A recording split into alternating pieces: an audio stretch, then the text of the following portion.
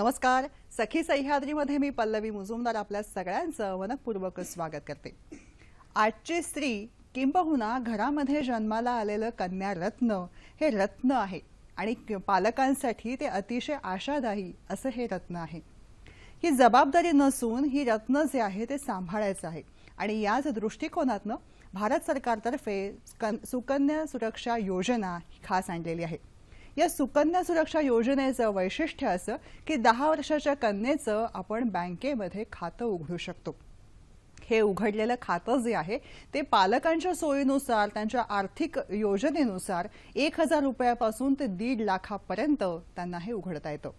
हे उघडलेलं खातं 21 वर्षापर्यंत सुरक्षित असतं. त्याचबरोबर पुढे जाऊन कन्येचं लग्न विवाह होईपर्यंत तोपर्यंत सुद्धा हे खातं पुढे जाऊ शकता येतं. आणि अर्थातच हे पालक आणि कन्या या दोघांच्या सोयीनुसार योजना आखली जाते. हे सांगायचं कारण असं ही वेगळी योजना आहे सुकन्या सुरक्षा योजना. या योजनेचे विविध टप्पे काय आहेत या सगळ्याविषयी सुद्धा आजच्या भागामध्ये काही टप्प्याने मी तुम्हाला माहिती देणार आहे. कारण ही योजना जी आहे ती खास भारतामधल्या प्रत्येक घरातल्या कन्येच्या सुरक्षिततेसाठी आहे. जेव्हा असं आपण म्हणतो की कन्या ही सुरक्षिततेसाठी आहे, कन्या हे रत्न आहे, या सगळ्याविषयी जेव्हा आपण भरभरून बोलत असतो सांगत असतो तेव्हा एक लक्षामध्ये येतं स्त्रीमध्ये शक्ती आहे. ही शक्ती म्हणजे काय असते तर असं म्हणतात की तिच्यामध्ये तारक, प्रेरक आणि मारक या तीनही शक्ती या प्रत्येक स्त्रीमध्ये एकवटलेल्या आहेत. तिच्या सजगतेनं, तिच्या चाणाक्षपणानं, तिच्या प्रसंगावधानं, तिच्याकडे असलेल्या अष्टभुजत्वामुळे या सगळ्या शक्तींचं ती एकत्रीकरण करून या शक्ती समयसूचकतेने वापरत असते. अर्थात इतिहासाच्या पानामध्ये आपण डोकावलं किंवा वर्तमानामधली सुद्धा काही उदाहरणं बघितली तर लक्षामध्ये येतं की प्रसंगानुरूप प्रत्येक स्त्री ही तारक, मारक आणि त्याचबरोबर सगळ्यांना मार्गदर्शक सुद्धा ठरलेली आहे. ही उदाहरणं सांगताना या व्यक्ती यांची नावं जरी घेतली नाहीत त्या व्यक्ती आपल्या डोळ्यासमोरून नक्कीच तरळून जातात. याच विषयी जेव्हा जाणून घेतो तेव्हा एक लक्षामध्ये येतं की आजची स्त्री ही 21व्या शतकामध्ये पुरुषांच्या बरोबरीने काम करते असं आपण वारंवार वेगवेगळ्या मंचावर, वेगवेगळ्या साहित्यामध्ये, वेगवेगळ्या ठिकाणी सांगत असतो. मग असं म्हणत असताना तिच्या अष्टभुजत्वेचं लेबल आपण तिला लावतो का आणि या लेबल लावलेलं असताना सुद्धा प्रत्येक मंचावर, प्रत्येक ठिकाणी तिला तिचं स्वत्व हे साबित करावं लागतं का? सगळ्याच गोष्टींचा विचार करणं आवश्यक आहे. याचसाठी आजचा आपला हा विशेष विषय आहे आजची अष्टभुजा स्त्री. तेव्हा या जिव्हाळ्याच्या विषयावर मार्गदर्शन करण्यासाठी असंच एक व्यक्तिमत्व ज्यांचं नाव हीच एक मोठी ओळख आहे, तुमच्या आमच्या सगळ्यांच्या लाडक्या अभिनेत्री, लेखिका, डॉक्टर आणि त्याचबरोबर ब्युटी विथ ॲस्ट्रॉलॉजीच्या संस्थापिका डॉक्टर कामिनी खन्ना. नमस्कार मॅडम. सखी सह्याद्रीमध्ये मी आपलं मनपूर्वक स्वागत करते. नमस्कार पल्लवी आणि माझ्या सर्व प्रेक्षकांना कामिनी खन्नाचा नमस्कार.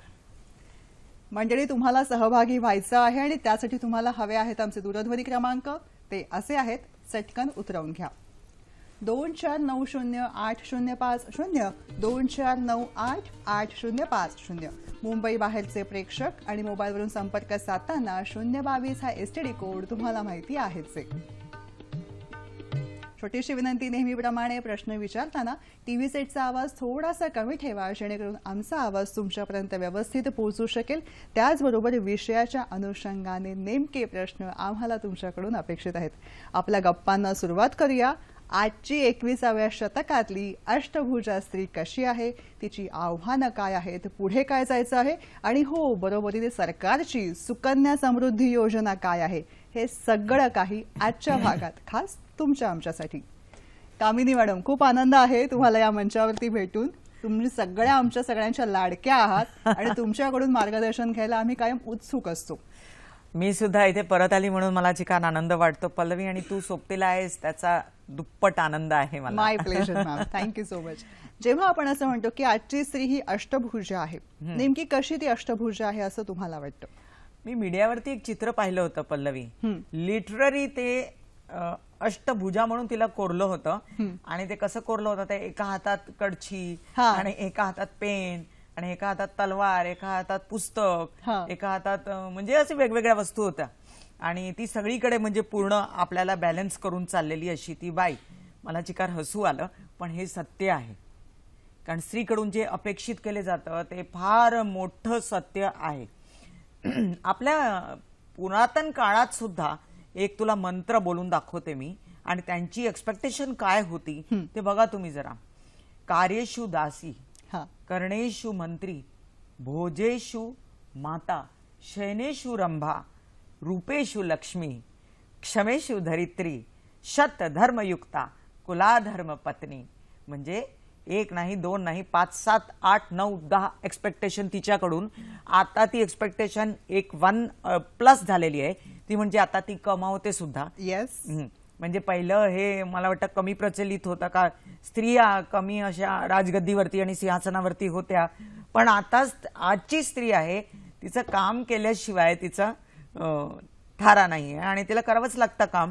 कारण ते घरात एवढी महागाई सुद्धा वाढलेली आहे सगळीकडे, आणि तिला ते स्वाभिमान आणि स्वावलंबित्व सिद्ध करायला तिलाही आवडतं. तिला स्वतःच्या व्यक्तिमत्वासाठी जे तिचे पैलू आहेत ते जगासमोर आणणे, आणि तिला काय काय येतं, ती आर्टिस्ट आहे किंवा तिच्यात कोणती गुण आहेत ते सुद्धा तिला दाखवायला आवडेल. नक्कीच. कारण ती कोणतीही स्त्री मला नाही वाटत आता पाठी राहिलेली आहे म्हणून. खरंय खरंय. मस्त. कार्यक्रमामधला पहिला फोन आलेला आहे, तुमच्या परवानगीने तो घेते. अच्छा, ठीक आहे. रवींद्र कुडाळकर आपल्याशी बोलतायत पुण्याहून. नमस्कार. नमस्कार आपल्या दोघांनाही. नमस्कार. आजचा विषय खूप छान घेतलाय, आणि कामिनीजींचे या आधीचे सर्व कार्यक्रम मी पाहिलेले आहेत.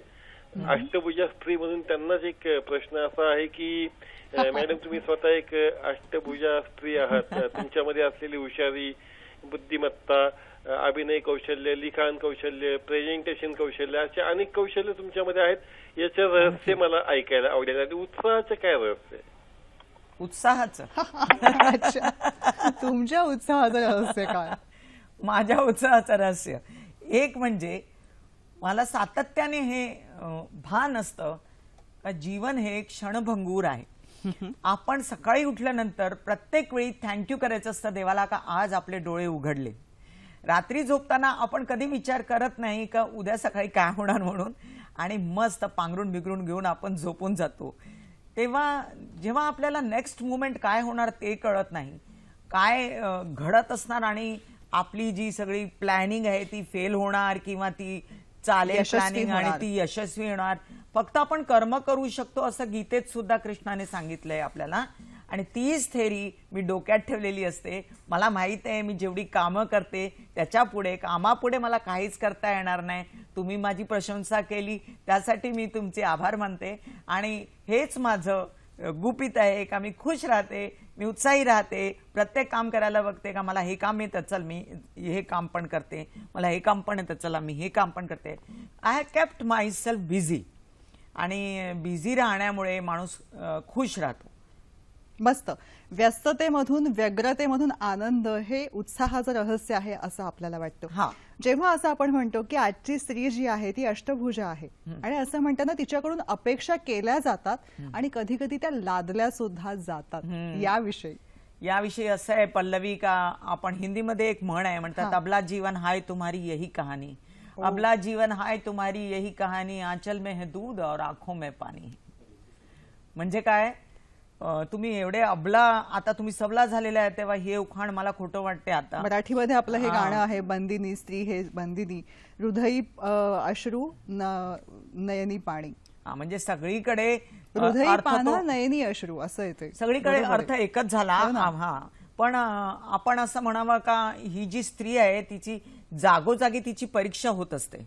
म्हणजे ती घरात नीट वागली नाही तर हिला सरका आहे म्हणून ही बाहेर जाते आणि घरात नीट काम करत नाही, आम्हाला हिला जेवण करता येतं. म्हणजे ती कितीही प्रसिद्ध झाली, ती कितीही मोठ्या थरावर गेली तरी तिला विचारलं जातं तुमची मुलं काय करतात, तुमच्या मुलांना तुम्ही यशस्वी केलेलं आहे की नाही. तिचं घर बघितल्यानंतर लोक प्रश्न विचारतात की तुमचं घर चांगलं आहे पण ना तिकडे थोडा कचरा होता ना, तिकडे ना बाथरूम चांगलं नव्हतं ग, यांचं ते वॉश बेसन सुद्धा चिकार घाणेरडं होतं. मग सगळीकडे तिचे डोळे असायला पाहिजे. ती अष्टभुजा कशी, म्हणजे तिचे 8 नेत्र सुद्धा असायला पाहिजे, सहस्त्र नेत्र असायला पाहिजे तिचे, आणि तिला नेहमीच सगळीकडे लक्ष ठेवावं लागतं. म्हणजे फिरकीसाठी ती भोवरी सारखी ती फिरते आणि सगळीकडे तिचं लक्ष असतं. म्हणजे मी सुद्धा घरातून निघताना सगळे ऑर्डर्स जर मला द्यायचे असले माझ्या हेल्पर्सना, जे माझे हेल्पर्स आहेत घरी, कधी नसले तर माझी वाट लागून जाते, आणि ते असले तर त्यांना मी नेहमीच बघत असते का प्रत्येक गोष्ट मी मेडिटेशनला बसते जेव्हा सकाळी, तेव्हा पान घेते एक आणि त्याच्यावर लिहून काढते. पल्लवी मला नेहमी विचारत असते का तुम्ही टाइम मॅनेजमेंट कसं करता.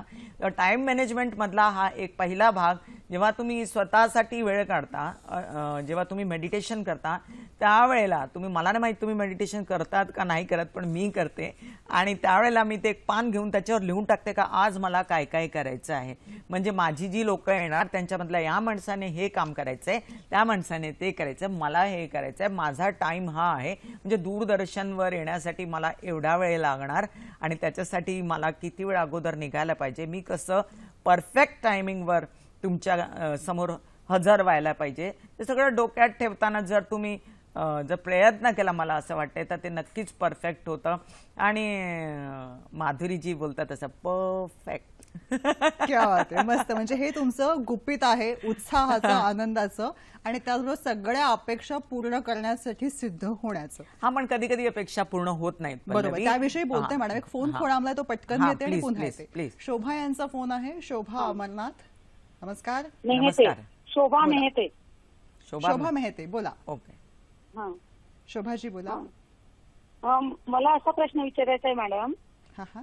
जर एखादी स्त्री असते, मे हे ते मॅडम, मे हे ते, मे हे ते, ओके, तुमचं नाव कळलं आम्हाला. पण मात्रा. ओके ओके, कळलं, मे हे ते. ओके ओके, तुम्ही धन्यवाद प्रश्न शोभाताई, विचारा. तुमचा मुद्दा कळलेला आहे, नाव तुमचं पोहोचलेलं आहे आमच्यापाशी. प्रश्न सलग कृपया विचारा. हा, तर मला असा प्रश्न विचारायचा आहे मॅडम की एखादी स्त्री जर एखाद्या स्त्रीला हीन समजत असेल, ती जर समजूनच घेत नसेल, ही स्वाभिमानी स्त्री आहे समोरची, पण समोरची स्त्री समजूनच घेत नाही, तर यावर आपल्यासारख्यांनी काय करावं? गप्प बसावं का त्यांना उत्तरं द्यावी का आपण आपलं काम करत राहायचं? येस, तुमचा मुद्दा पोहोचलेला मॅम. असं आहे, कित्येक वेळा असंच असतं का स्त्रीच स्त्रीची दुश्मन असते. म्हणजे घरातल्या बायका जर पुढे वाढू लागल्या तर घरातल्या बायकांनाच ते वाईट वाटायला लागतं. हेवा होतो, मत्सर होतो, ईर्ष्या होते. हा, त्यांना असं दुस्वास वाटतो. त्यांना वाटतं का ही का पुढे वाढली, मी का केलं नाही. त्यांना असं नाही वाटत मी हिला कॉपी करावं. म्हणजे मी जर तुम्हाला एक उदाहरण दिलं तर मी माझ्या मुलीला कॉपी करते. म्हणजे पहिलं तिने मला कॉपी केलं जेव्हा ती लहान होती. आता ती मोठी झाली आणि ती जसं जसं मेकअप करायला लागली आणि ती नवीन युगाकडे वाढली तसं मी तिच्याकडून शिकत गेले. ते ही जी कल्पना डोक्यात असते का सगळ्यांचे चांगले गुण घ्यायचे असतात, ती सगळ्यांमध्ये कधी कधी नसते दुर्भाग्याने. आणि होतं काय का हेवा वाटतो आणि ईर्ष्या ही सगळ्यात घाणेरडी वस्तू आहे. आणि त्याच्यामुळे काय तोंडावर सुरकुत्या पडतात. तेव्हा जे ईर्ष्या करतात, मेहते बाई तुम्हाला सांगायचं म्हणजे का जे ईर्ष्या करतात ते लवकरच कुरूप होतात, ते लवकरच त्यांच्या सुरकुत्या पडतात. कारण जे खुश राहतात, जे आनंदी राहतात, त्यांची फिगर पण मेंटेन राहते, त्यांची स्किन पण चांगली राहते, त्यांचे हेअर पण चांगले राहतात. तेव्हा सगळ्यांनी ऐकावं आणि हेवा करू नये, खुश राहावं. तुम्ही स्वतः तुम्हाला काय येते ते वाढवा ना, दुसऱ्याच्या पदरात काय आहे त्याच्याकडे लक्ष देऊ नका. तुम्ही बरोबर बोलल्यात, असं होतं घडतं, पण असं होताना मी सगळ्यांना संदेश देते का तुम्ही असं न करता स्वतःच्या गुणाकडे लक्ष देऊन स्वतःला पुढे वाढवा. म्हणजे तुम्हाला कोणाकडून जर एक वाईट वर्ड बोलते मी, तुम्हाला कोणाकडून तरी बदला घ्यायचा आहे, तर तो बदला कसा घ्यायचा? फार चांगला पॉझिटिव्ह बदला घ्यायचा. कसा घ्यायचा? तुमची रेग एवढी मोठी आहे, ओके, मी माझी रेग एवढी मोठी आखणार. म्हणजे तुमची रेग म्हणजे तुमचं सक्सेस एवढा आहे, माझा सक्सेस एवढा असेल, म्हणजे हे झालं ना पॉझिटिव्ह. म्हणजे त्याच्यात काही पण नेगेटिव्ह नाहीये. मग ते समोरचा माणूस पण बघेल, हो माझ्यापेक्षा जास्त मेहनत करायला लागलाय, ओके मी सुद्धा जास्त मेहनत करते. तर एक चांगली पॉझिटिव्ह सुरुवात होते यावेळेला आणि घरातल्या सगळ्या स्त्रिया समृद्ध होतात. तर सगळ्या स्त्रियांना माझं म्हणणं असं काहीतरी फॉलो करा जे मी काय सांगितलं. मेहते मॅडमचा एक मुद्दा होता, तो म्हणजे असं, जेव्हा नकारात्मक कमेंट्स किंवा नकारात्मक प्रतिक्रिया येतात त्या प्रतिक्रियांकडे आपण दुर्लक्ष करावं किंवा मनामध्ये आलेली अस्वस्थता जी असते त्याला आपण कसं सामोरं जावं, त्या दृष्टिकोनातून आपण त्यांना एक काहीतरी 2-3 मार्ग आहेत. हा, हिंदीमध्ये म्हणतात मौन. मौन म्हणजे गप्प राहणं फार सुखाचं असतं नेहमी. दुसरं म्हणजे जिकडे कोणी असलं सुरू झालं राजकारण तिकडून उठून दुसऱ्या रूम मध्ये जायचं. हे करून बघा, हे चिकार प्रॅक्टिकल आहे. जर कोणी असल्या गोष्टी सुरू केल्या तुमच्या समोर तर तिकडून उठा, दुर्लक्ष करा आणि दुसऱ्या रूम मध्ये निघून जा. प्रॅक्टिकल गोष्टी सांगते मी तुम्हाला. तिसरं म्हणजे जर तुम्हाला उत्तर द्यायचं आहे तर पोलाइट व्हा. ठीक आहे, समजून सांगू शकता तुम्ही त्यांना. बघा, तुमचे विचार मला पटत नाही आणि तुमचे विचार पटत नाही म्हणून मी विरोध करणार नाही, पण मी अशीच आहे, मी अशीच वागणार, मी अशीच राहणार आहे. तेव्हा ठरवा काय आपण करायचं, ते डिसिजन तुम्ही घ्या. तर ते डिसिजन सामंजस्याने आणि शांततेने घ्यायचे असतात, बसून कुटुंबाने एकत्र बसून. तेव्हा एकमेकांशी भांडणं हे काही सुखाचं नाही. किशोर नगरकर यांचा फोन आहे. नमस्कार किशोरजी. हा नमस्कार. बोला. नमस्कार. एक म्हणजे आजच्या ज्या पाहुण्या आहेत त्या परिचित आहेत आम्हाला सगळ्यांना आणि त्यांनी आतापर्यंत पुष्कळ चांगलं मार्गदर्शन केलेलं आहे. आता माझे दोन प्रश्न आहेत की पहिला प्रश्न म्हणजे की आता स्त्रियांची स्तुती पुष्कळ झाली आणि योग्य पण झाली. पण मी म्हणतो योग्य झाली, पण तुमच्या दृष्टीने तरी पण की स्त्रिया आता जी नवीन पिढी आहेत, नवीन मुली ज्या तरुण मुली आहेत, त्यांच्यामध्ये काय उणिवा तुम्हाला दिसून येतात, त्यांना काय तुम्ही मार्गदर्शन कराल, हा पहिला प्रश्न. आणि दुसरं म्हणजे तुमचं जे फेवरेट क्षेत्र आहे, अध्यात्म क्षेत्र आहे, त्या अध्यात्माबद्दल आपला दृष्टिकोन काय आहे? आभारी आहे. म्हणजे आपल्या सगळ्यांनाच माहिती आहे, सरकारने कन्या रत्न सुरक्षित राहावं, त्यांच्या भविष्यासाठी सुरक्षा योजना जी आणलेली आहे, सुकन्या सुरक्षा योजना. या योजनेअंतर्गत प्रत्येक आर्थिक वर्षामध्ये रुपये 1000 पासून ते 1000च्या पटीमध्ये आपल्याला पैसे याच्यामध्ये जमा करता येऊ शकतात. हे खातं जे आहे, हे खातं आपल्या जवळच्या घराजवळ असलेल्या कोणत्याही शाखेमध्ये आपण उघडू शकता. आणि या बरोबरीने समजा तुम्हाला भारतामध्ये कुठे दुसऱ्या ठिकाणी खातं उघडून हवं असेल तर भारतामध्ये कुठेही हे खातं ट्रान्सफर करता येऊ शकतं. या बरोबरीने या खात्यामध्ये जी रक्कम पालक डिपॉझिट करतात, जमा करतात, ही रक्कम जी आहे ती करामधून सवलत मिळालेली आहे या रकमेला. आणि हे सुद्धा पालकांच्या दृष्टीने जमेची बाजू आहे. तेव्हा सुकन्या सुरक्षा योजनेमध्ये पैसे गुंतवा आणि त्याचबरोबरीने आपल्या कन्येचं, सुकन्येचं आयुष्य सुरक्षित करण्याचा हा सुंदर मार्ग अवलंबायला हवा. तेव्हा आज आपण बोलत आहोत आजची अष्टभुजा स्त्री या दृष्टिकोनातनं. डॉक्टर कामिनी खन्ना आपल्याला मार्गदर्शन करतात. कामिनी मॅडम, पुढचा फोन आलेला आहे, तो मी पटकन घेते आणि पुन्हा सगळ्या प्रश्नांच्या उत्तराकडे वळते. नमस्कार, पुढचा फोन आहे. हॅलो, बोला. हा, मी आरती गोखले बोलते ठाण्याहून. बोला आरतीताई. हा, माझा प्रश्न असा आहे की एखाद्या कुटुंबात जर स्त्री सक्षम असेल आणि ती जर पॉझिटिव्ह थिंकिंग करून स्वतःचं स्थान निर्माण करू शकते या करते, तर तिच्या नवऱ्याला ते असं खूप खूप खटकतं. बरं. आणि मग अशा वेळेला ते इतका इगो दुखवला जातो की प्रत्येक क्षणी त्यांचा असा तो इगो दुखवलेला जाणवतो. तर अशा वेळेला काय करायचं? धन्यवाद. स्त्रियांचं वाढतं वर्चस्व आणि त्याच्यामध्ये कदाचित पुरुष वर्चस्वाला मनामध्ये येणारं असुरक्षितता. मला मी एक सांगायचं म्हणजे मेल इगो हा नसतो असं आपण बोलू शकत नाही. मेल इगो असतो आणि मोठा असतो, तो फार मोठा असतो. आणि तो फार मोठा असला तरी आता कमी झालंय प्रमाण, कारण एक्सेप्ट केलंय मेल्सने का या स्त्रिया ज्या आहेत त्या आपल्यापेक्षा सुद्धा पुढे वाढतात. त्यांनी आपली रेघ मोठी करायला हवी. हो, त्यांनी रेघ आपली मोठी करायला हवी. आणि तू पुढे पण बघशील, तू शैक्षणिक पातळीवर सुद्धा तिकडे सुद्धा मुली जास्त नंबर 1 असतात आणि आता मुलं पाठीमागे होत चालली. तर हा प्रश्न त्यांनी बरोबर विचारला आरतीताईंनी, का असं घरात असं वातावरण निर्माण होतं. ते अभिमान पिक्चर पाहिलं असेल तुम्ही, का स्त्री वाढायला लागली तर ते कुठेतरी बिनसतं. तर ते बिनसायला नको म्हणून तुम्ही हेल्दी वातावरण क्रिएट करायला हवं. Now you have to be very particular about your partners feeling. तुम्ही जेव्हा जास्त वाढू लागता तेव्हा तुम्ही प्रत्येक वेळेला त्या माणसाला, जो समोरचा माणूस आहे त्याच्यापेक्षा तुम्ही जास्त पुढे वाढला तर त्याला तुमचा पुढे स्वाभिमान तुमचा पुढे आणू नये. तुम्ही तुमचं नमतं घ्यावं. तुम्ही काय करावं, तुम्ही त्याला सारखं जाणीव करून देऊ नये, हो मी वाढली, माझा पैसा घरी लागतोय, मी सक्सेसफुल आहे, तू सक्सेसफुल नाहीस. जेव्हा हे प्रकरण सुरू होते त्यावेळेला त्या दाम्पत्यामध्ये वितंडवाद सुरू होऊ शकतात. आणि जर समजा एखाद दुसरा अपवाद सुद्धा असेल जिकडे स्त्री फार चांगली आहे आणि पुरुष तिला प्रतिसाद देत नाहीये बरोबर, तरी सुद्धा ऍडजस्टमेंट ही होऊ शकते. ती ऍडजस्टमेंट सुद्धा नाही झाली समजा तर तुम्हाला तुमचे मार्ग मोकळे आहेत. तर ते मार्ग तुम्हीच शोधून काढायचे आहेत, मी शोधून काढायचे नसतात. तुमची काय थिंकिंग आहे त्याबद्दल आणि तुमचे काय विचार आहेत त्याबद्दल जास्तीत जास्त आपलं हेच म्हणायचं असतंय की आपण जे हे मार्ग आहेत ते येऊ नयेत पुढे असले मार्ग. म्हणजे कुठेतरी असं व्हायला नको का कुटुंब जे आहे ते विभक्त झालं, तिथपर्यंत आपण ते ताणू नये, तिथपर्यंत आपण ते खेचू नये त्या गोष्टींना. आणि अशा अष्टभुजा स्त्री, तुम्ही अष्टभुजा आहात, तुम्हाला सगळं काही येतं. हे करता येत नाही, तुमचं कुटुंब तुम्हाला सांभाळता येत नाही, तुम्हाला फिलिंग सांभाळता येत नाही, ते सुद्धा कराल तुम्ही. आणि तुम्ही सहनशील आहात.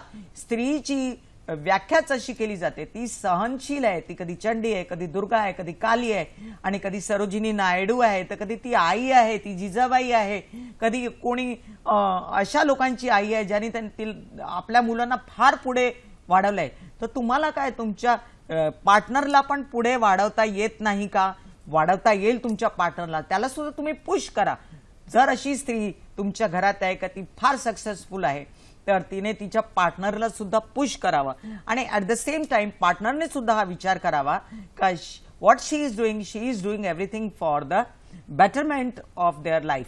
तेव्हा हे समजून घ्यायचंय, फार पर्सनल आहे. तेव्हा इकडे याची चर्चा फार होऊ शकत नाही मला असं वाटतं. आणि मला असं वाटतं जेवढं मी सांगितलंय ते भरपूर आहे. आणि तुम्ही म्हणाल तसं की प्रत्येकाने आपल्या वैयक्तिक पातळीवर त्या दृष्टिकोनातनं मार्ग शोधून काढायचे आहेत, उपाययोजना करायची आहे. आजच्या युगामध्ये प्रत्येकाला आपलं जीवन माहीत असतं, त्यांच्या जीवनात काय घडतंय, वेगवेगळे मार्ग असतात. आधुनिक everybody knows where the shoe pinches. Yes. आणि ते त्यांना माहित असतं का काय घडतंय त्यांच्या जीवनात. तेव्हा यू आर द बेटर जज of your life. But at the same time तुम्हाला काय विचार करायला हवा, तुम्ही जजमेंट तर घेणार पण काय विचार करायला हवा, तुम्ही तुमचं विभक्त होऊ नका जिथपर्यंत तुमच्या आटोक्यात आहे. जर समजा असं काहीतरी बिनसलं जिकडे तुमचं चालतच नाही, जिकडे तुम्हाला नमता तुमचं समोर ते ओळख करून घेतच नाही, तिकडे तुम्ही नमस्कार करा आणि तुमचे मार्ग शोधा. येस, पुढचा फोन आहे विद्या यांचा. नमस्कार विद्या. हॅलो, बोला. मी विद्या पालव बोलते मुलुंडवरून. मी नेहमी कामिनीला प्रश्न विचारते कारण योग आणि आयुर्वेद मी त्यावेळेला करत होते. जवळजवळ तिचं वजन जास्त होतं त्यावेळेला, त्यापासून मी तिला फॉलो करते. आता मला तिला असं विचारायचं आहे की सध्याच्या ह्या संपूर्ण परिस्थितीमध्ये अगदी सर्वगुण संपन्न होण्यासाठी आपल्या तरुण मुलीने आणि आमच्यासारख्या एजंट बायकांनी सुद्धा काय करावं की ती परिस्थिती व्यवस्थित शांतपणे हाताळली जाईल, सगळ्यांना आनंद मिळेल. तू कशी सतत हसत राहते, हसत बोलते, त्याच्यामुळे मला सुद्धा खूप बरं वाटलं मनात की हिच्यावर हास्य अजूनही तसं कायम आहे. त्यावेळी जशी ती पूर्वी होती ते कायम हास्य होतं, तसंच तिचं हास्य आहे. तर आमच्यासारख्याने आणि तरुण मुलीने असं संपन्न होण्यासाठी काय करावं, गुणसंपन्न होण्यासाठी असं मार्गदर्शन तू पूर्ण कर. धन्यवाद विद्याताई. विद्याताईंचा मुद्दा आणि किशोरजींचा मुद्दा हे दोन्ही मी जोडते. कारण किशोरजींनी विचारलं होतं आजच्या तरुण मुलींमधल्या उणीवा कोणत्या, आणि विद्याताईंनी म्हटलं आजच्या तरुण मुलींना कशा पद्धतीने पुढे जाता येईल या दोन्ही दृष्टिकोनातनं, आणि त्याचबरोबरीने कशा पद्धतीने स्वतःला आयुष्यात पुढे न्यावं. सगळ्यात पहिलं असते ते हेल्थ. मी नेहमीच सांगत असते तुम्हाला, तरुण असू दे किंवा एजेड असू दे, सगळ्यांनी पहिले आपली ब्युटी, आपलं हेल्थ, आपलं वागणं, आपलं जीवन आणि आपलं गुण हे सगळं वाढवायला बघायला पाहिजेत. म्हणजे बरोबर तुम्ही अभ्यास करायचा त्या गोष्टींचा.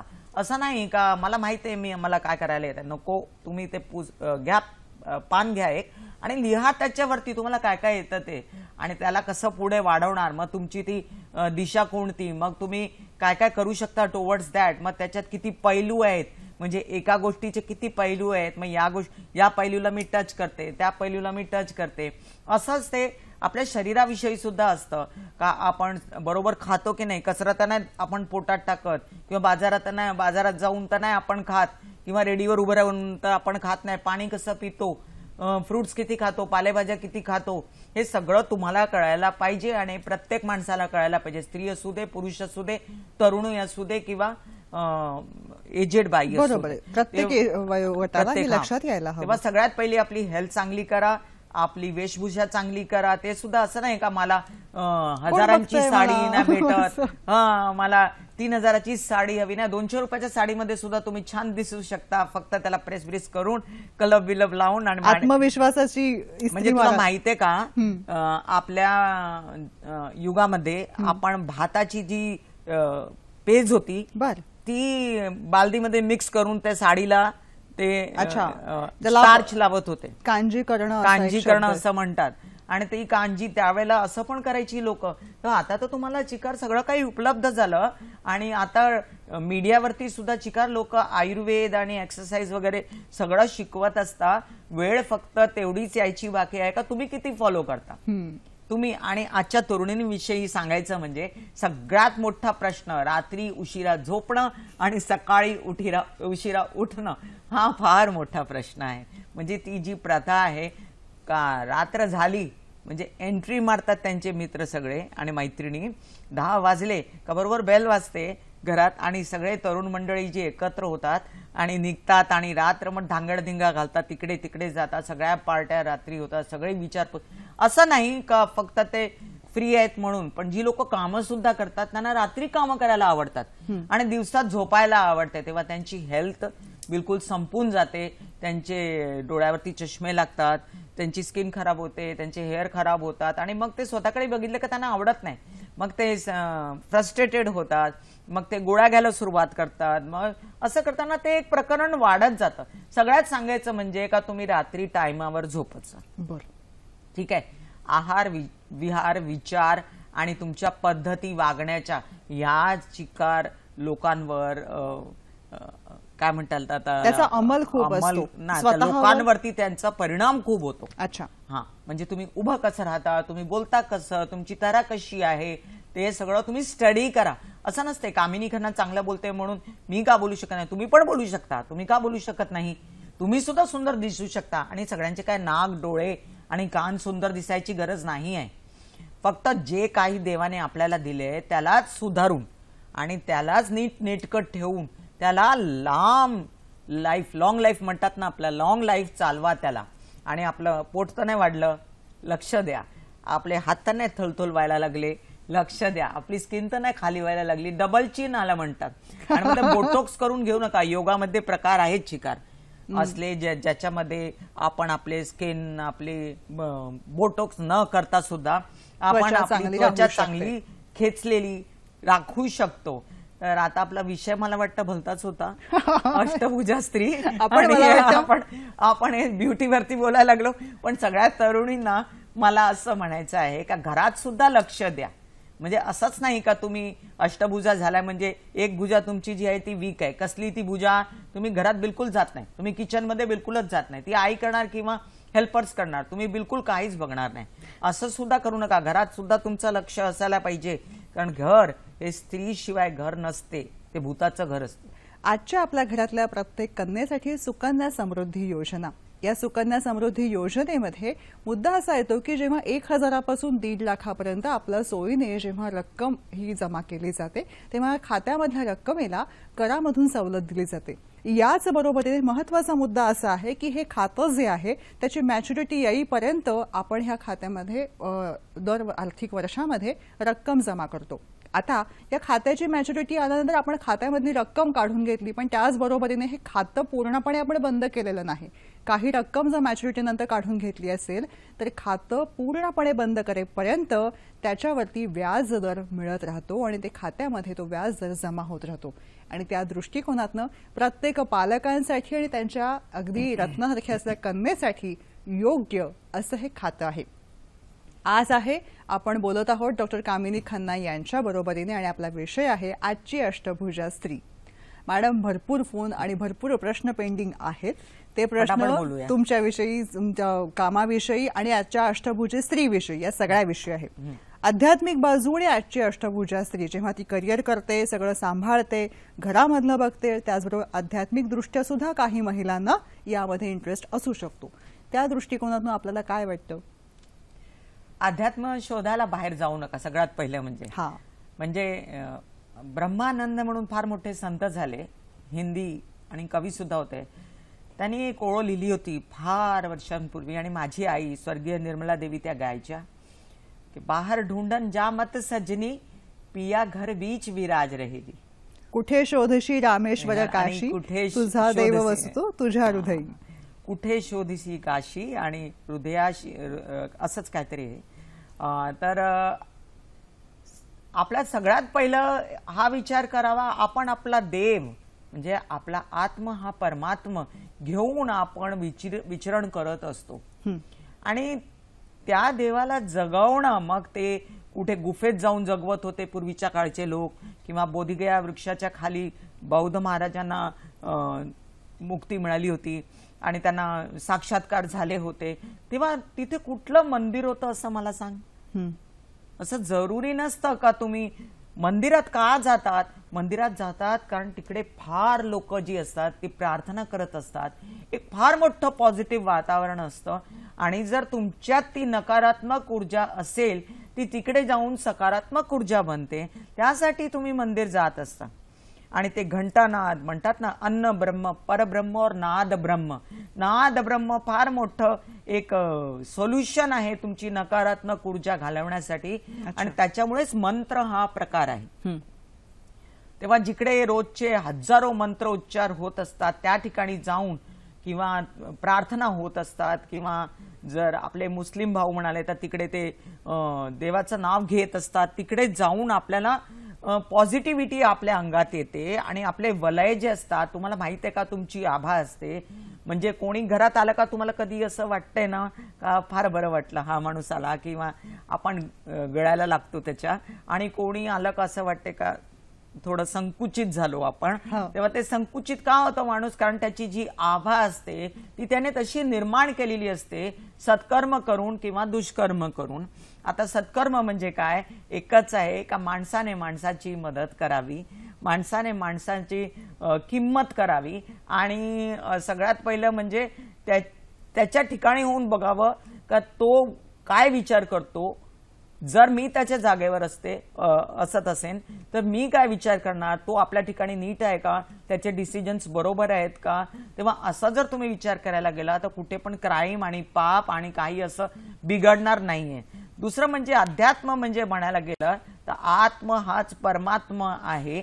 त्याला तुम्ही एकांतात बसून, माझे गुरुजी म्हणतात, माझे गुरुजी परमपूज्य सद्गुरुदेव दत्ताजी महाराज ते म्हणतात का चिंतन करो, आत्मचिंतन करो. तेव्हा आत्मचिंतन, आत्म अवलोकन करण्यासाठी तुम्हाला एकट्यात बसणं आवश्यक आहे. मग ते मंदिर असू दे आणि सूर्यासमोर बसण्यासाठी मी नेहमी सल्ला देत असते, कारण तो एक मात्र असा देव आहे ज्याच्या उगवण्याने सगळीकडे पॉझिटिव्हिटी पसरते आणि तो साक्षात्कार देत असतो आपल्याला, तो दिसत असतो. देव आपण कुठे शोधायला जातो पण हा निसर्गच देव आहे, हे पंचतत्वच देव आहेत, तेच आपल्या बॉडीमध्ये आहेत आणि आपण सुद्धा परमात्माचे अंश आहोत, एवढीच फक्त जाणीव ठेवावी. जेव्हा स्वतःचा किंवा आपल्याकडे मगाशी पण जो प्रश्न आला ना मॅडम, या सगळ्यामध्ये स्त्रीची एक पैलू जो आहे तो सतत दिसतो की तिला सतत परफेक्शनिस्ट राहायचं असतं प्रत्येक क्षेत्रामध्ये. हे अष्टभुजत्व ती कदाचित स्वतःवर लादूनही घेते आणि स्वतःला वाढवायचंय, वृद्धिंगत करायचंय, मला हे यायला हवं, मला ते यायला हवं, या सगळ्यामध्ये ती कदाचित सुपर वुमन होण्याचा ध्यास घेते नको इतका. असं होतं का? तब्येत खराब होते. सुपर वुमन कोणी पण होऊ शकत नाही. तुम्हाला सगळं काही येईल, जगात जे काही आहे ते तुम्हाला येईल असं नसते. तुमचे गुण काय आहेत ते वाढवायचे असतात, तुमच्या अंगात काय गुण आहेत ते वाढवायचे असतात आणि ते सुद्धा एक लिमिट असते प्रत्येक गोष्टीची. म्हणजे माझा गुडघा जर साथ देत नाही तर मी पायऱ्या आणि माउंट अबूवरती कशाला मी जाऊन तिकडे हायकिंग करू, किंवा जर माझे हात दुखतायत तर मी कशाला 200 पोळ्या लाटायच्यात मला. तर प्रत्येकाची ती कुवत असते का मी एवढं काम करू शकते, एवढा टाइम मॅनेजमेंट करायचं असतं. त्याच्यासाठी थोडा टाइम स्वतःकडे द्यायचा असतो, थोडा टाइम आपल्या कामाकडे द्यायचा असतो, थोडा टाइम ब्युटीकडे द्यायचा असतो, थोडा टाइम कुटुंबाकडे द्यायचा असतो. सगळं टाइम मॅनेजमेंट करून विरंगुळ्यासाठी, स्वतःसाठी, फिल्म बघण्यासाठी, बाहेर जाण्यासाठी, मित्रमैत्रिणींबरोबर बसण्यासाठी, बोलण्यासाठी, म्युझिक ऐकण्यासाठी. म्हणजे म्युझिक सुद्धा फार मोठा एक उपाय आहे तुम्हाला सतत खुश ठेवण्यासाठी. म्हणजे म्युझिक ऐकत असलेले लोक फार खुश राहतात. आणि असं म्हणतात ते आपल्यामध्ये ना एक हार्मोन रिलीज होतात, ते हार्मोन असतात खुश राहण्याने. आपण जर हसत राहिलो सतत तर आपलं ते एक हार्मोन असतो एका प्रकारचा, तो रिलीज होत असतो आणि तो आपल्याला तरुण ठेवतो. आणि जर आपण कुडत राहिलो, ईर्ष्या करत राहिलो आणि नेहमीच आपण रडत बिडत राहिलो तर आपल्या चेहऱ्यावर सुरकुत्या बसतात आणि आपल्या 84,000 नाड्या असं म्हणतात आणि त्या सगळ्या आकुंचित होतात. आणि मग त्या आकुंचित झाल्या का तुम्हाला तर नाना प्रकारचे रोग सुद्धा होतात. कारण डायबिटीज म्हणा किंवा असे किती रोग आहेत जे सगळे काही याच स्ट्रेसच्या अंडर येतात. स्ट्रेस म्हणजे चिंता तणाव, आणि चिंता तणाव आपण जास्त केली का हे सगळे दुसरे रोग पण व्हायला लागतात. हे 21व्या शतकामधली देण आहे आपल्यापाशी आलेली, त्याला सकारात्मकतेने सामोरं सगळीकडे. खरं. पुढचा फोन आहे उमाताई महाजन यांचा. नमस्कार. अष्टभुजा ह्या पदवीसाठी महिलांची तारेवरची कसरत होता कामा नये, तिच्याकडून अवाजवी अपेक्षा करता कामा नये. ती एक व्यक्ती आहे, तिलाही आवड आहे, निवड आहे, ते कुठल्या कौशल्य आहे, निष्णात आहे, तिला पुढे जाऊ द्या. तू घराचा स्वयंपाक कर, सासू सासू उसावर कर, मुलांना सांभाळ, बाहेर जा, पैसे कमव, पुन्हा घरी आल्यानंतर पदर खोच, नवऱ्याचे नखरे सांभाळ. हे शक्य आहे का? अष्टभुज पुरुष आहे का? महिलांच्याकडे अवाजवी अपेक्षाच करू नका, हे गरजच नाही असं मला वाटतं. तुम्हाला काय वाटतं? धन्यवाद. आता आम्ही याच विषयी बोललेलो, पुन्हा प्रक्षेपणात आपण नक्की बघू शकालच. पण अपेक्षांचं ओझं जे लादलेलं असतं तेव्हा नाही म्हणायला शिका हा जो सल्ला असतो हा कशा प्रकारे अंमलात आणता येऊ शकेल सकारात्मकतेने? You know your own limits ना, राइट. हाँ means time comes when you feel के मैं अभी गिर जाऊंगी. हाँ नो म्हणा. मॅडम एकच विचारते, आता मैं अभी गिर जाऊंगी ही स्टेज येण्याच्या आधीच आपल्याला जेव्हा कळतं ना त्याआधीच तेव्हाच हे मला वेळ नाहीये आणि हे जमणार नाहीये, ते सकारात्मकतेने नाही म्हणण्याची कला याविषयी सांगूया. मी मगाशीच बोलले का जे काही तुम्हाला सोसवत नाही, जे काही तुम्हाला चांगलं वाटत नाही ते तुम्ही शांततेने दुसऱ्या माणसाला कळवा आणि आरामशीर बोला. मला हे जमत नाही, माझ्याने हे होत नाही, माझी एवढी कुवत नाही, मला हे काम येत नाही. हा, शिकणं हा प्रकार दुसरा आहे. जर तुम्हाला वाटतं जे काम तुम्हाला येत नाही ते तुम्हाला शिकावंसं वाटतं तर शिका. आणि यांनी काय प्रश्न विचारला माझ्या कानात, अष्टभुजा स्त्री व्हायला नेहमीच व्हायला नको. बरोबर आहे, अगदी बरोबर आहे तुमचं बोलणं. मला सुद्धा वाटते का सगळं काही सोडून एकदम निवांत झोपून जायचं कधीतरी पांघरून बिघरून ओढून आणि कोणी डिस्टर्ब करू नये म्हणून. पण असं होत नाही ना. म्हणजे आई झोपली तर मुलं उठवणारच आणि कचरेवाला आला तर तो बेल वाजवणारच. मग कचरा कोण देणार? म्हणजे त्यांना सुद्धा कचरेवाले आपण आहोत ते नाही. हा, मला असं म्हणा कचरा आपण देतो. ते बिचारे सफाईवाले आहेत, ते सफाईवाले आपण कचरेवाले, पण ते कोणाला उठवणार? मग दूध कोण घेणार? तर आपण कामं वाटून घ्यायची असतात. माझ्या पुरुष मित्रांना, माझ्या पुरुष भावांना मला असं म्हणायचंय, जेव्हा स्त्री सुद्धा घरात हातभार लावत असते, जेव्हा स्त्री सुद्धा घरात पैसे आणत असते आणि ती मग असं असायला नको का मग ती सकाळी 5 वाजल्यापासून ती उठलेली आहे आणि ती सगळी कामं आवरून नंतर ती 8:30ची ट्रेन पकडते का? असं का? तुम्ही का तिच्या कामाला हातभार लावत नाही? तुम्ही तिचं काम अर्ध का करत नाही? तुमची एक्सपेक्टेशन अशी व्हायला नको का तुमच्या पुढेच नाश्ता यायला पाहिजे आणि तुम्ही कधी ब्रेकफास्ट बनवू शकत नाही का? बनवू शकतात. आजकाल तर मोठे मोठे कुक सगळे पुरुषच आहेत. म्हणजे मी सगळं टेलिव्हिजनवरती सुद्धा बघत असते, सगळीकडे जे मोठे मोठे प्रोग्राम्स येतात का हे कुक आहेत ते कुक आहेत. मग स्त्रिया कमी कुक असतात आणि पुरुष जास्त कुक असतात. आमचे पुरुष भाऊ सुद्धा असे आहेत. येस, आपला प्रोग्राम जो आहे, कार्यक्रम, तो सगळ्या स्त्री पुरुषांपर्यंत आणि घराघरामध्ये पोहोचलेला आहे. आणि घराघरात पोहोचलेला आहे. आणि मला असं वाटतं का हे फक्त सामंजस्य इकडे असतं. राईट. हे सामंजस्य इकडे असतं आणि सगळं इगो पण इकडेच असतो, प्रेम पण इकडे असतं. विचार करायची गोष्ट आहे. विचार करा, सातत्याने विचार करा, कसं वागता. ही बाई अष्टभुजा होऊ शकते का? नाही होऊ शकत, कारण ती अष्टभुजा नाहीये. ती एक नॉर्मल स्त्री आहे. ती तुमच्यासारखी आहे. तिला पण वाटतं तिने हसावं, खेळावं. आणि असं म्हणतात ना, एक फार पर्सनल पण असा मुद्दा आहे पल्लवी, ते सांगावंसं वाटतं मला. जेव्हा पुरुषाचा पाय घसरतो तेव्हा त्याला म्हणतात आदमी तो बंदर आहे. अशी एक म्हण आहे हिंदीमध्ये. अच्छा. पण औरत क्यों नहीं बांदरी हो सकती है. तेव्हा सगळ्यांनी समजून घ्यायचं असतं. चुका या होतच राहतात आपल्याकडून. ती स्त्री असू दे, पुरुष असू दे, मुलं असू दे, आजी असू दे, आजोबा असू दे. मॅडम, फोन खोळंबलेला आहे, मला पुढे जायलाच हवं आहे. पुढचा फोन आहे मीनाक्षी यांचा. नमस्कार, बोला. नमस्कार. मला असं विचारायचं ताई ना, की आपण ज्या वेळेला म्हणतो ही अष्टभुजा आहे, त्यावेळेला कारणाशिवाय आपण स्पर्धा तयार करत असतो. म्हणजे आता ह्या विषयाबद्दलच असं नाही, जनरल एक स्त्री पुरुषाच्या बरोबरची आहे, ती तिच्या जागी आहे, पुरुष पुरुषाच्या जागी आहे. फक्त तिला दाबून ठेवू नका इतकं बरोबर आहे. पण म्हणून सगळीकडे स्पर्धा करायची, तू नोकरी करतो मी पण नोकरी करणार, तू शिकला मी पण शिकणार. तर प्रत्येकाचं जेव्हा क्षेत्र वेगळं आहे, प्रत्येकाला नेमून दिलेली कामं वेगळी आहेत, तेव्हा ही कारणाशिवायची बरोबरी कशाला. आणि आता जो गोंधळ सध्या चाललेला आहे ना, पुरुष जातात तिथे आम्हालाही जायचं, उद्या तुम्ही काय जेंट्सच्या डब्यात प्रवेश करणार का? हा काय अडाणपणा चाललाय, ह्याच्याविषयी मला थोडंसं मार्गदर्शन हवं होतं. आपल्या घरामधलं कन्या रत्न हे सुरक्षित राहावं, त्यांच्या सुरक्षिततेसाठी सरकारनं सुकन्या सुरक्षा योजना ही आणलेली आहे. तेव्हा आपल्या जवळच्या खात्यामध्ये जा आणि तिथे चौकशी करा, सुकन्या सुरक्षा योजनेचे फायदे जाणून घ्या आणि आपल्या प्रत्येक कन्या रत्नाला सुरक्षिततेसाठी, तिच्या सुरक्षित भविष्यासाठी सुकन्या सुरक्षा योजना अंमलात आणा. आज आपण बोलत आहोत डॉक्टर कामिनी खन्ना यांच्याशी आणि आजचा आपला विषय आहे आजच्या अष्टभुजा स्त्री. मॅडम, एवढे प्रश्न, एवढे वेगवेगळे विचार येत आहेत, प्रश्न पोचतात आपल्यापाशी, पण या सगळ्यांचा रोख असा आहे की ती अष्टभुजा आहे का नाही आणि तिने अष्टभुजा कसं व्हावं, हे सगळं म्हणत असताना काही युक्ती तुम्ही नॉर्मल राहा. ठीक आहे, नॉर्मल राहून तुम्ही तुमचं जीवन काढा. तुम्ही अष्टभुजा होऊ शकत नाही, कारण तुम्ही अष्टभुजा व्हायचा प्रयत्न करा, तुम्ही आजारी व्हाल. हे सगळ्यात पहिलं लक्षात ठेवा. ठीक आहे, तुम्ही घरकाम करू शकता, पण हेल्पर्स घ्या सोबतीला. ऑफिसमध्ये करू शकता, तिकडे सुद्धा आपले ऑफिसर्स घ्या सोबतीला. जिकडे तुम्ही जाता तिकडे आपले पाणी बिणी कॅरी करा, जेवण बिवण कॅरी करा, आपलं हेल्थचं बरोबर लक्ष ठेवा. तेव्हा तुम्ही अष्टभुजा होऊ शकत नाही. अष्टभुजा जोडपं होऊ शकता, बरोबर. 4 भुजा पुरुषाची, 4 भुजा पुरुषांच्या आणि 4 भुजा बायकांच्या, हे मिळून तुम्ही अष्टभुजा होऊ शकता. ठीक आहे.